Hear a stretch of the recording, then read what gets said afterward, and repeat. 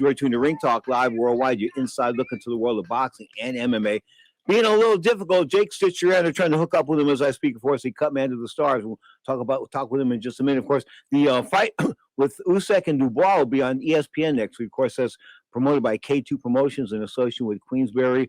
The bottom line is Usyk and Dubois. Of course, it should be a good heavyweight fight. I mean, and guess what? ESPN Plus here in the United States, of course, if you don't have it yet, you should have it. It's like $5.99 or $6 or $7 a month, something like that. But the bottom line is, at the end of the day, the ESPN Plus is definitely worth the price of admission. Straight up, are we ready to go? You are tuned to Ring Talk Live Worldwide. Let's bring it to Sin City, Las Vegas, Nevada, and bring in my man, Jacob Stitch Duran, the Hall of Fame cut man. How are you today, sir? Oh, I'm loving life as usual, Pedro. Thanks for having me on, man. What a better way to spend Sunday than talking boxing with you. Okay, how's your lovely wife? Oh, she's good, man. Yeah. She's preparing something for me to eat once I get off, and she's lovely, man. Okay. Gotta thank God for having her, because she's the one that has kept me grounded and kept me here. Lucky you. Fortunate, you know that about that. It was the winning lottery ticket a long time ago. Now, let's talk about Nate Diaz and Jake Paul. Now, first of all, Jake Paul is not the greatest fighter in the world, but I'm a Jake Paul fan because he pays people underneath him. In other words, everybody around him makes money. Yeah, and I tell you, that's the best friend I've had in a long time, man. And the thing about it, I mean, I'm like you. You know, Jake Paul and Logan Paul. I know them both. I've worked against them, and just good kids, you know. And Nate Diaz, working with him was like going back in the past, man. And working with the 209 together, and you know, he always gets cut. And one of the journalists during the press conference says, "And this time you didn't get cut," you know. And so that was kind of nice. But no, I had a fun time, Pedro. No, I know, but Nate smokes a lot of weed. Was he vaping between rounds? No, he kept that to himself. Actually, I didn't see him smoke a joint till after the fight. And, listen, you smoke a joint. I remember Phil Anselmo, the Peyton racist, of course, the lead singer of Pantera. He told me he was going to smoke. I was doing some bodyguard work from him at one point in time. Anyway, and I walked away from that. But the bottom line is he was going to smoke a joint on stage in Dallas, Texas. And I told him I didn't think that was a smart idea in the 90s. Yeah, not in Dallas. Yeah, boy, he's still be in prison. Okay, so let's go back to Jake Paul. He went 10 rounds. Everybody underneath him made money. Amanda Serrano says he's the greatest thing that's ever happened to her. I mean, you can't say enough positive things about him. I mean, I'm not convinced he's going to the International Boxing Hall of Fame as the next Rocky Marciano, but the bottom line is I think he's good for the game. Man, I've always thought that from get-go, you know. And like I say, I knew him early on when KSI fought Logan Paul and met the whole family. And, you know, what they bring to the table is exceptional. You know, there was one fight that was canceled, and he paid everybody what they were due, you know. Wow. So, and then trying to, with the UFC, you know, just reading where the minimum wage is $12.5 for fighters, he wants to make it $50,000. And he says the reason why is, you know, these guys could pay for nutrition, they could pay for the gyms, they could pay for the coaches, they could pay for whatever, and $50,000 in a year would cost the UFC $20 million, and they make $3 billion. Oh, hold on. Today is worst person in the world, Dana White. Every week in and week out, he is the worst person in the world. The reason why I say that is there is no bigger pimp on the planet when it comes to exploiting people. I'll tell you what, guys in the Tenderloin, pimping hoes here in San Francisco have more compassion than Dana White. Yeah, he's pretty much as straight as you could be when it comes to personalities, bro. You know, I remember we were in Brazil one time, and they were doing the reality show also, and he was going to walk out behind the curtains, and I asked him how his dad was doing. F him. You know, I don't talk to him. I said, wow, man, you know, that's the kind of person he is. Well, you know, but here's what's up. I mean, the fact you just brought up the fact, what a minimum's $12,500. In other words, you got to train, possibly get your ass whooped for 3 rounds, for 3 5-minute rounds, or win 3 5-minute rounds, flip of the coin, for 12.5. Yeah. And Jake Paul, you know, kind of bring it up, you know, give these guys 50,000. That way they can handle everything. And you know what it's like, Feather, when you go to the gym, you got your trainers, you got your nutrition, you got everything that you got to pay for. You got the child support, you got the old lady. I mean, you got to eat at home, you got to pay rent.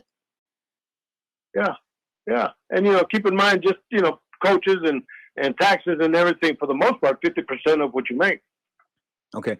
How much can you officially approximately how much money Nate Diaz made for the Jake Paul encounter? Yeah, Zach Rosenfeld, and I got to give these guys credit. Nate, I'm really impressed with the business practices that he has. But, he co-promoted this with Jake Paul. And Zach Rosenfeld, which is his agent, so to speak, did a tremendous job, Pedro. So he made a quote that Nate made anywhere from $15 to $20 million. Oh, come on. Pay-per-views, merchandise, everything that went with sponsorships, everything. He negotiated that and made anywhere from $15 to $20 million. That's a quote. Oh my God. I don't know what. Yeah. I don't know what. Listen. $20 million, and Nate's going to have more weed than you can ever. I mean, if he thought it was good, if he thought the ganja was good before and it was plentiful, with $20 million, he's going to own the world. Yeah, Pedro, let me give you some little insight because I got there 2 weeks before the fight, Monday, Tuesday, Wednesday, and I wrapped his hands and we went through business and we're talking, right? But Nate has really done a tremendous job with his business. He has houses, he has, real estate, he has investments, yep. and he's taken that route and has done extremely well, so props to him, man, and the thing about it, I don't see that in boxing at a high level where guys are, investing for the long-term future. Nate does that. Well, back to Jake Paul. I mean, Amanda Serrano made like $25,000 in her entire life as far as her entire biggest purse was concerned. The first fight with him, she made $125,000. Eventually, she made $1 million. Yeah. Good for her. And it's that way, Pedro. And show you Jake's personality. My grandkids, I knew he was training at Bones Adams gym, and my grandkids were big fans. And the young kids, they were like 7 and 8 years old. It was birthday. So he met with him and gave him, a hug and all that, and happy birthday. And he didn't have to do that, but he did. Okay. Currently in Las Vegas, there's a top-ranked. How many? I mean, I was driving around Vegas a couple of weeks ago. I found boxing gyms, little tiny boxing hole-in-the-wall boxing gyms all over the place. How many gyms are there approximately? There's quite a few gyms, outside of MMA gyms. But you got Top Rank, you got Mayweather's gym, you got City Boxing, you got Bones Adams gym. You got Salas's gym. You got DLX. Those are the primary boxing gyms. Of course, you have Randy Couture's gym, and you got Syndicate, and you got other gyms. Gyms are not lacking in Las Vegas. Isn't Mayweather's gym right in the same building as the strip club? No, it's right in Chinatown. Okay, because you saw the strip club, right? I mean, I went by there a couple of weeks ago. Mayweather's got his own strip club down there. Yeah, that's from what I understand. It's out of it's not my problem, bro. I stay away from stuff like that. All right. Terrence Crawford is talking about maybe biting off too much in the minds of some people, but he wants to step up to 168 pounds to fight the winner of the Charlo-Canelo fight. Of course, it's going to take place September 30th in Las Vegas. Is he reaching too far? Good question. I remember Roger Mayweather years ago says, it's not the weight that makes it's the style of fighting that makes a difference. And I thought, wow, that's such a true statement. Yeah, I think he could hang, with today's nutrition and everything. And he could pick up, not to say he has to come in at that weight, but, to fight somebody at that weight, I think it's practical. Okay. Question for Jacob Duran, the cut man of the stars. How do you stop a cut? I mean, I'm bleeding. What are you doing? I sit down. What do you do? Say hello? Cold direct pressure, bro. That's all you got to do. Is if you notice when I work on cuts, the first thing I do is I have to have a small towel, and I'll go and I'll pinch that cut, right? Because keep in mind, Pedro, is blood coagulates itself. So how many times have you got cut and you put pressure on your cut, and then a minute later it stops, right? Uh-huh. Well, that's what you do if you don't have no medications or anything. Cold direct pressure, man, or just squeeze it, as long as you can. And same thing with a nosebleed, on the outside, just press towards the center of the nose, and you'll stop most bleeding. Okay, you and I are both of the opinion to stop it sooner rather than later, correct? 100%. Okay. Do you think Oscar Valdez's people should have sent him out last week? Pedro, I don't. That was horrible. It shouldn't have happened at that level of fight. I had people that were messaging me and saying that nothing was done in the corner to protect his eye. Wait, time out. This is Eddie Reynoso, supposedly the baddest dude pound for pound in the corner these days. that's what makes it irritating, is that at that level of fighting, to not address something like that early on.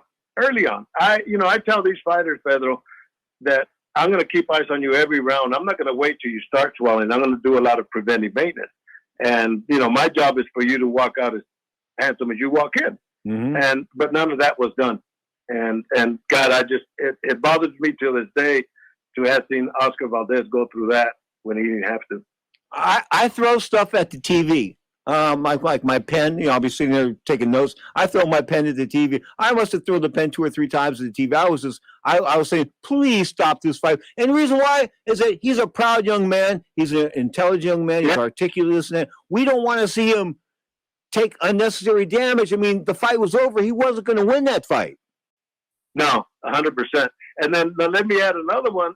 I was looking at Anthony Joshua with Helena. Yeah. Both corners were horrible. Horrible. I sent a message to a friend of mine. I said, look, you tell Anthony Joshua that he needs to get a cut, man, because what this guy did was nothing. And then same thing with Helena. The guy's putting the swab in his mouth. I mean, it shouldn't happen at this level, Pedro. He put the swab in his mouth? Yeah. I tell these young fighters, I said, look, if the cut man you want to get puts a swab in his mouth or in his ear, get another cut man.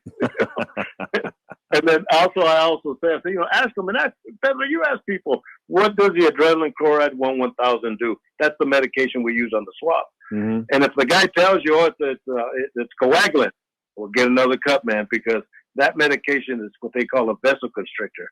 And when you put it on the cut, it absorbs into the vessels and it closes them up. That's the function behind it. So they tell you it's a coagulant, get another cut man. What does it say about my tenure in the boxing community when I knew Eddie the Clot Aliano? That says a lot. He had the clot. I love it because he had the clot. I'm stitched. He had the clot. No, he used